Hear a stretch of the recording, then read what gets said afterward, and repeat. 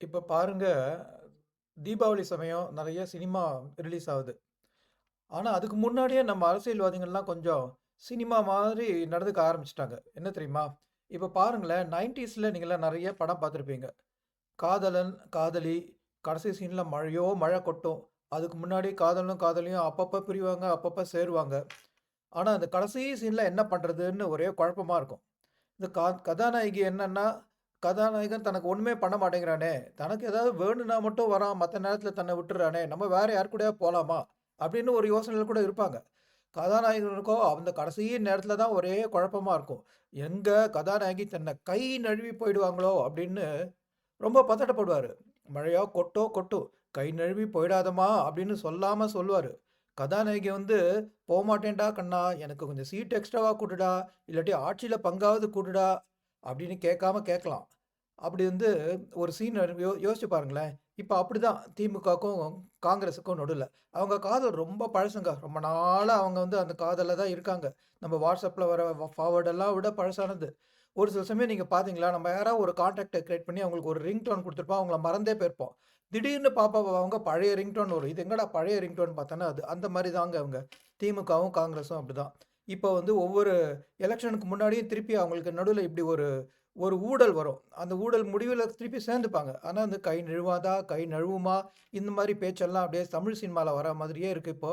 இப்போ வந்து இது மாரி பேசினது நம்ம துணை முதல்வர் உதயநிதி ஸ்டாலின், காங்கிரஸ் வந்து கை நழுவி போயிடுமான்னு பயப்படுறாரு. ஏன்னா, அங்க விஜய் காத்துட்டு இருக்காரு. அப்படியே கொத்திட்டு போக, அவங்க எந்த நேரத்தில என்ன வேணா நடக்கலாம். இப்ப கை நழுவி போயிடாதம்மாங்கிறாரு. இவ்வளோ நாளா அவங்க கண்டுக்கிட்டாங்களா? இதாங்க கடைசி சீன் கிளைமாக்ஸ்ல. இப்ப பார்ப்போமே, திருப்பி அவங்க சேருவாங்களா? மாட்டாங்களான்னு. கொஞ்ச நாள்ல தானா சரியா போகுது. இது தமிழ் சினிமா மாரி தானே இருக்கு. அடுத்தது இன்னொன்னு. இது அதுக்கு மேல வித்தியாசமான இது. அந்த காலத்தில நீங்க முரட்டுக்கால, ரஜினிகாந்தோட முரட்டுக்கால சினிமா வந்த சீசன்ல பார்த்துருக்கீங்களா? ஒரு மாரி படமா வரும். நம்ம கிராமத்த பேஸ் பண்ணி, ஏதாவது சின்ன சின்ன சண்டையா இருந்தாலும் ஒரு பெரிய பஞ்சாயத்த கூட்டுவாங்க.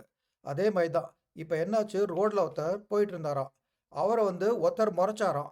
அந்த மொறச்சவர நான் திருப்பி அடிச்சேன். இனிமே மொறச்சா அப்படிதான் அடிப்பேன் அப்படின்னு சொல்லி ஒருத்தர்.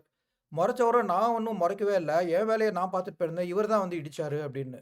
அப்புறம் அந்த மொறச்சவரு அடிச்சவரு என்ன சொல்றாரு, இவர் வெறும்னு மொறைக்கல. இவர் மொறைக்கிறதுக்கே வேற ஒருத்தன் பின்னாடி தூண்டி விட்டுருக்கான் பாருங்க. அவனுன்னு வேற ஒருத்தர கை காமிக்கிறாரு. அப்புறம் வந்து பார்த்தான்னா, ஒரு பஞ்சாயத்து கூடிச்சு இப்போ. பஞ்சாயத்து முன்னாடி எல்லாம் பெருசுங்கலாம் இருக்காங்க. நம்ம தமிழ் சினிமால நீங்க பார்த்துருப்பீங்க. மரத்தடியில அதுக்காகவே ஒரு மேடை மாரி இருக்கும். அதுல எல்லாம் வரிசையா உட்காந்துருப்பாங்க. ஒருத்தர் பார்த்துக்கிறாங்க பஞ்சாயத்துல. "என்னப்பா யாருப்பா பஞ்சாயத்த ஆரம்பிக்கிறதுன்னு?" ஒருத்தர் ஆரம்பிக்கிறாரு. "என்னடா ஆச்சு சொல்லுன்னா." "அவன் மறைச்சான். அதுக்கு தான் நான் திருப்பி அடிச்சேன்." அப்படின்னு இவன். "அப்படி நீ எதுக்கு மொறச்சா திருப்பி அடிப்பியா? அவ்வளோ பெரிய ஆளா நீ?" அப்படின்னு கேட்டா என்ன சொல்றான், பக்கத்துல இருக்கிறவன் என்ன சொல்றான், எங்க அண்ணன மொறச்சா நானே அடிப்பேன்." அப்படின்னு அவன் சொல்றான். அப்புறம் இவர் சொல்றாரு, "நான் வந்து மொறைக்கவே இல்ல." அப்படிங்கிறப்போ, இன்னொன்னு இவர் மொறைச்சாரோ இல்லையோ, இவர் மொறைக்கிறதுக்கு பின்னாடி காரணமா வேற ஒருத்தர் இருந்தாருன்னு ஒருத்தன காமிக்கிறான். அவன் சிவனேன்னு சாது மாரி நின்னுட்டு இருக்கான். அப்புறம் என்னடா அவன் சொல்றான், "நான் சாது மாரிலாம் நிக்கல. என்ன மொறச்சு பாரு. நான் வந்து 1 அடிக்கு பதிலா 2 அடிப்பேன்." அப்படிங்கிறாரு. ஸோ அதுக்கு நடுவுல இன்னொரு பெரிய பெருசு வேற, மொறச்சதுன்னு இவன் அடிச்சான்னு சொல்றதுல காரணம் ஒண்ணு இருக்கு. இவன் மொறச்சாங்கிறதுல ஏதாவது உண்மை இருக்கும். அத நீங்க பார்த்து விசாரிக்கங்கிறாரு. இதுதாங்க நம்ம தமிழ் சினிமால நடக்கிற பஞ்சாயத்து மாரி இதுதான் இப்ப நடந்தது. மொறச்சா அடிப்பேன்னு சொன்னது நம்ம திருமா. இவர மொறச்சா நானே 2 அடிப்பேன் அப்படின்னு சொன்னது நம்ம சீமான்.